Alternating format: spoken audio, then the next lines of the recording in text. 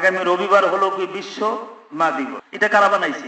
পাশ্চাত্যের লোকজন, ইউরোপিয়ানরা, যারা মা বাবার খোঁজ নেয় না, যারা মা বাবার সারা বছর যারা মা বাবার খোঁজ নেয় না, মা বাবা কোথায় থাকে তাও জানে না, তাদের খ্যাতমত দেখাশোনা তো দূরের কথা, হক আদায় তো দূরের কথা, এই দিনটা তারা বানাইছে। ওই দিন মোবাইল একটা মেসেজ পাঠায়, I am other, how are you, I am fine, we are well, অনেক কিছু বলে তারা মেসেজ পাঠায়, কোনো খোঁজ খবর নেয় না। এরা বলেছে বিশ্ব মা দিবস। মুসলমানের জন্য বিশ্ব মা দিবস প্রতিদিন, বছরের প্রতিদিন নয়, জীবনের প্রতিদিন।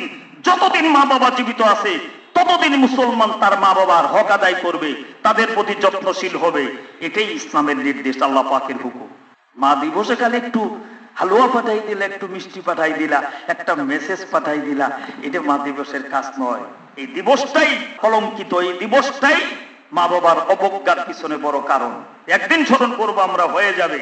এটাই তো ইসলাম বিরোধী চিন্তা চেতনা, কোরআন বিরোধী চিন্তা চেতনা। এটাই তো আজকে মা বাবাদেরকে ঠেলে দিচ্ছে সেই বৃদ্ধাশ্রমে। ওরা আফসোস লাগে।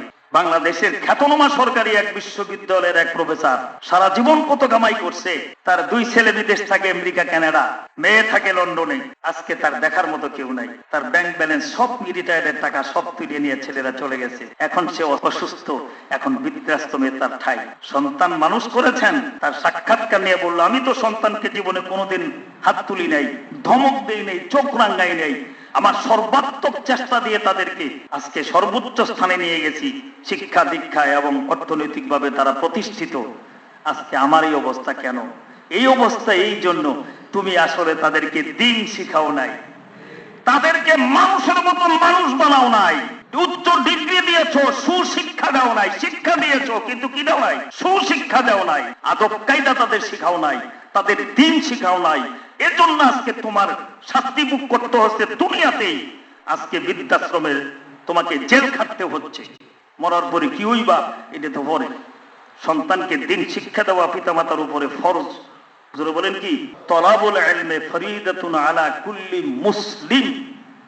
7 বছরের চা, ও তো মুকাল্লাফ বিশ্বরা না, ওর উপরে তো আমলনামা আসে নাই, শরীয়তের হুকুম এখন আসে নাই।